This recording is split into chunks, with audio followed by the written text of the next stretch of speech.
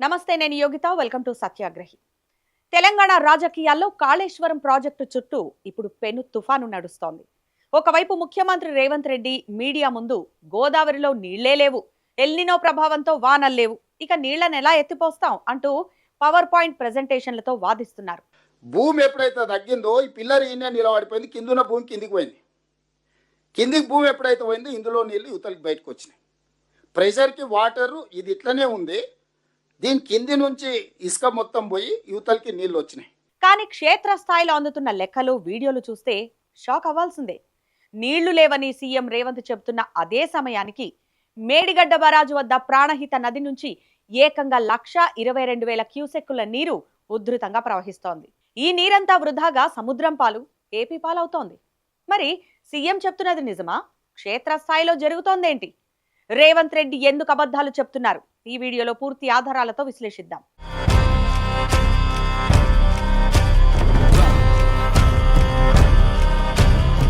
ముఖ్యమంత్రి రేవంత్ రెడ్డి తన ప్రెజెంటేషన్లో ఒక మాట చెప్పారు. ప్రధాన గోదావరిలో ఎస్ఆర్ఎస్పీ ఎగువ నుంచి దాని దిగువన ఉన్న ఎల్లంపల్లి, సుందిళ్ల, అన్నారం వరకు ఎక్కడా వరద ప్రవాహం లేదన్నారు. అయితే రేవంత్ రెడ్డి ఇక్కడే ఒక పచ్చి అబద్ధాన్ని, తనదైన చాణక్యాన్ని ప్రదర్శించారు. ప్రధాన గోదావరిలో వరద లేకపోయినా కాళేశ్వరం ప్రాజెక్టుకు అసలైన జీవనాడి అయిన ప్రాణహిత నదిలో మాత్రం వరద పోటెత్తుతోంది. మేడిగడ్డ బరాజ్ దిగువన ప్రాణహిత నుంచి మంగళవారం రాత్రి 9 గంటల వరకు 1,22,000 క్యూసెక్కుల ప్రవాహం కొనసాగుతూనే ఉంది. అంటే రోజుకు దాదాపు 11 టీఎంసీల నీరు దిగువకు వెళ్లిపోతోంది. అయినా సరే వరద లేదంటూ రేవంత్ రెడ్డి తెలంగాణ ప్రజలను తప్పుదోవ పట్టించే ప్రయత్నం చేస్తున్నారనే విమర్శలు వెల్లువెత్తుతున్నాయి. ఇటీవల BRS working president KTR Kannepalli pump house వద్దకు వెళ్లి క్షేత్రస్థాయిలో పరిశీలించారు. కన్నెపల్లి పంప్ హౌస్ నుంచి నీటిని ఎత్తిపోసే అద్భుతమైన అవకాశం ఉందని ఆయన స్పష్టంగా చెప్పారు. అక్కడి పరిస్థితి ఏంటో చూపించారు కూడా. ప్రాణహిత నదిలో కనీసం 50,000 క్యూసెక్కుల ప్రవాహం ఉంటే చాలు, కన్నెపల్లి నుంచి నీటిని సులభంగా లిఫ్ట్ చేయొచ్చు. ప్రస్తుతం అక్కడ 1,22,000 క్యూసెక్కుల ప్రవాహం ఉంది. అంటే అది అవసరమైన దానికంటే రెట్టింపు కంటే ఎక్కువ. గోదావరిలో వరద ప్రవాహం 93.5 మీటర్ల వరకు ఉంటే చాలు. బరాజును ఏ విధంగానూ ఉపయోగించకుండానే కన్నెపల్లి నుంచి ప్రాణహిత జలాలను ఒడిసి పట్టొచ్చు. ఈ లాజిక్ ను దాచిపెట్టి కేవలం రాజకీయం కోసమే రేవంత్ సర్కార్ నీటిని వదిలేస్తోందని కేటీఆర్ ఆధారాలతో సహా నిరూపించారు. కన్నెపల్లిలో ఇవాళ కళ్ళ ముందుకు నుంచే 1,00,000 క్యూసెక్లు నీళ్లు పోతున్నాయి. మీరు తప్పించుకోజాలరు.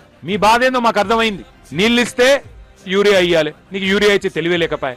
నీళ్ళు ఇస్తే పంట వండుతుంది, పంట కొనాలంటే నీకు తెలివి లేదు. సంచులు ఇచ్చే తెలివి లేదు, కరెంట్ ఇచ్చే తెలివి అంతకంటే లేదు. పంట వండితే మద్దతు ధర ఇయ్యాలి, మళ్ళీ రైతుల ఖాతాల్లో పైసలు వేయాలి, అది ఇయ్యవాయే.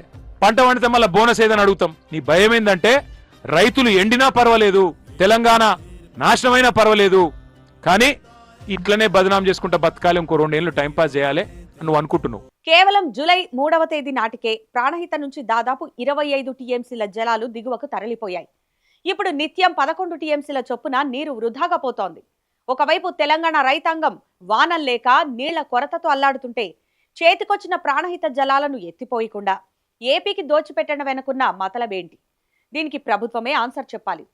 నిజానికి నేషనల్ డ్యామ్ సేఫ్టీ అథారిటీ నివేదికలను సాకుగా చూపిస్తూ రేవంత్ రెడ్డి ప్రభుత్వం కాలయాపన చేస్తోంది. బరాజు వాడకుండానే నీళ్లు తోడే అవకాశం ఉన్నప్పుడు ఎన్డీఎస్ఏ నివేదికలకు, కన్నెపల్లి పంప్ హౌస్ రన్నింగ్ కు అసలు సంబంధం ఏముంది? రాజకీయ దురుద్దేశంతో కాళేశ్వరం ప్రాజెక్టును పడావు పెట్టి గత ప్రభుత్వంపై నెపం వేయాలనే కుట్రలో భాగంగానే తెలంగాణ హక్కులను తాకట్టు పెడుతున్నారనే ఆరోపణలు వస్తున్నాయి. కాళేశ్వరం కేసీఆర్ గారు మనకిచ్చిన ఒక అద్భుతమైన వరం. నువ్వు కాళేశ్వరం వరం ఎట్లనో నువ్వు ఈ రాష్ట్రానికి శనేశ్వరం. మేడిగడ్డ కథ సరే, మరి ఎగువన ఉన్న అన్నారం, సుందిళ్ల బరాజుల పరిస్థితి ఏంటి? అక్కడ కూడా నీళ్లు నిల్వ చేయలేమా? అంటే ఆ బరాజులలో ఎలాంటి సాంకేతిక సమస్యలు లేవని స్వయంగా అధికార వర్గాలే చెప్తున్నాయి. గతంలో వచ్చిన చిన్నపాటి సీపేజీలను అప్పట్లోనే గ్రౌటింగ్ చేసి విజయవంతంగా అరికట్టారు. ప్రస్తుతం ఆ బరాజులు పూర్తిగా నీటిని నిల్వ చేసుకునేందుకు, వినియోగించుకునేందుకు సిద్ధంగా ఉన్నాయి.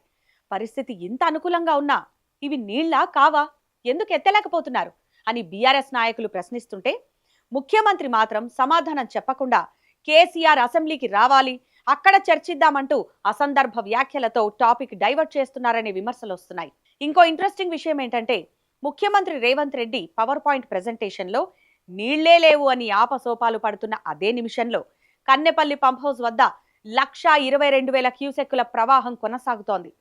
ఇది పచ్చి నిజం.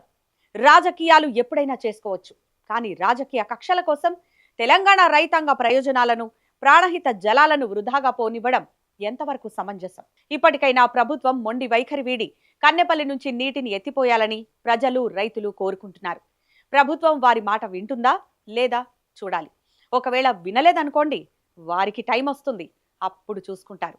అంతే కదా.